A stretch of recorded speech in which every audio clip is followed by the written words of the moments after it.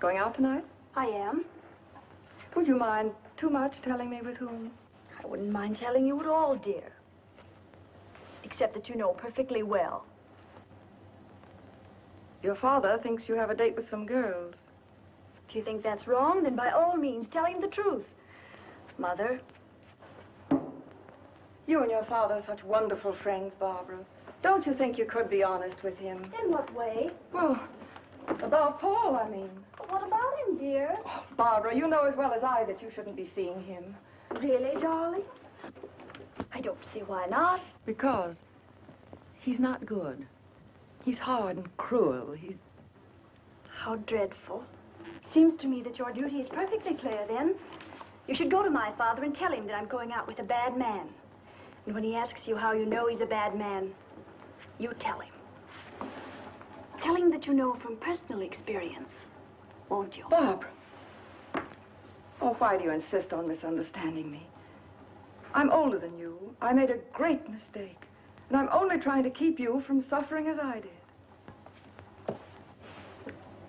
Darling, do you want to know what I think? I think you've come to the same conclusion that I have. That there isn't enough room in this house for both of us. I think you're trying to turn my father against me. You're trying to run my life, to dominate every movement I make. Oh, that isn't true. But you haven't won yet, my sweet. Because I'm going to stay. And as long as I'm here, you're not going to be happy. I'm going into town tonight, and I'm going to have dinner with Paul Durante. Alone. Well, you're not going to his apartment. Apartment?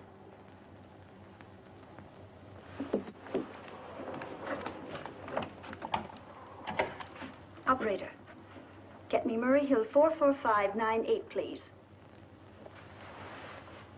Hello, Paul? Look, darling, I changed my mind about dinner. Let's not go to a restaurant. I think I like your original invitation better. Let's have dinner in your apartment. Why, of course I care, Paul, dearest. All right. I'll meet you at your apartment at 8 o'clock. Goodbye, sweet. Well, darling, we're off on the big adventure. Stephen. Yes, dear? I don't think I should go with you. What? I thought it was all agreed. Well, it's just occurred to me. We shouldn't be flying together. If anything happened, Barbara would be left all alone. I never thought of that. Of course, you would. It isn't easy being a stepmother, Norma. You've done a wonderful job. I haven't had to worry about Barbara since you came. You'll never know how grateful I am. Ready, Mr. Lowry? Good luck, darling. You're all the luck a man could ask for.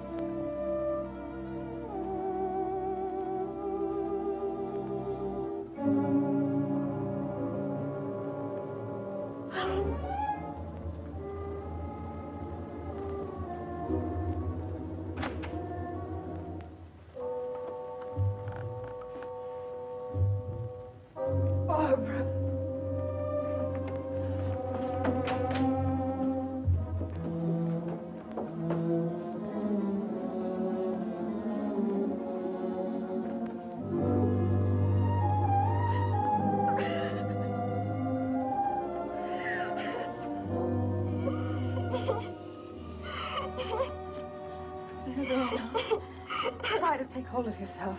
We must get away from here. Come on, darling.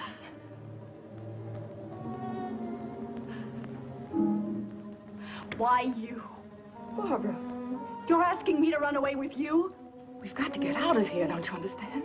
I have no reason to run. Why should I run away? I didn't kill anybody. You don't think... I don't have to think.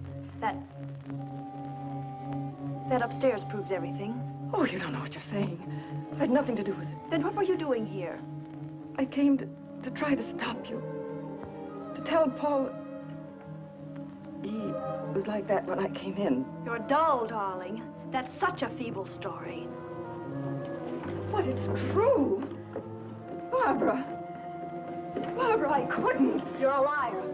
You killed him because you were jealous. You're going to pay for it.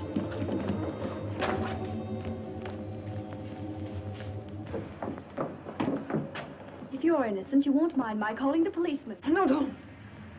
You're terrified, aren't you? Barbara, think of your father. The newspapers would go mad. He couldn't bear it. That phony nobility of yours really makes me sick. All right. I won't call the policeman. All you have to do is one thing. Oh, anything. What is it? Leave my father's house. Barbara. Take your choice, darling. Well, shall I call him?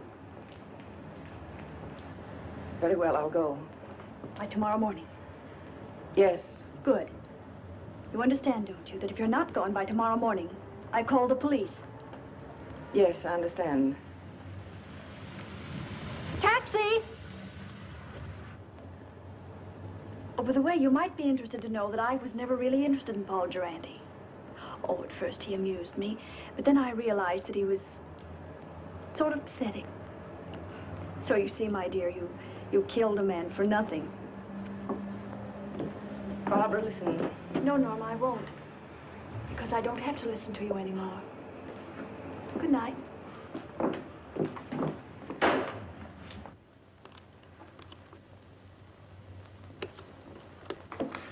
Now, let's see if we got the facts straight. The body was lying on the floor in front of the fireplace. The skull was bashed in. Door was ajar.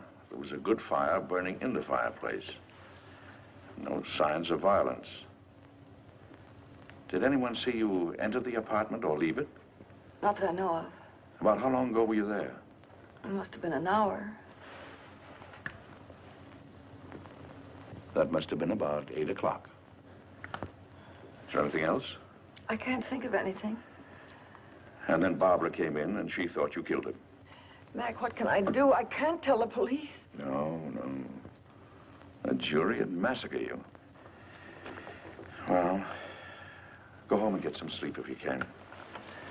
Friday. Wake Marty up. Now, you sit tight until you hear from me. All right, Mac. Wait a minute. In case I've got to call you, what is your phone number? Rossmore 555. Rossmore 555. All right. Friday and I'll get on this right away. And don't worry.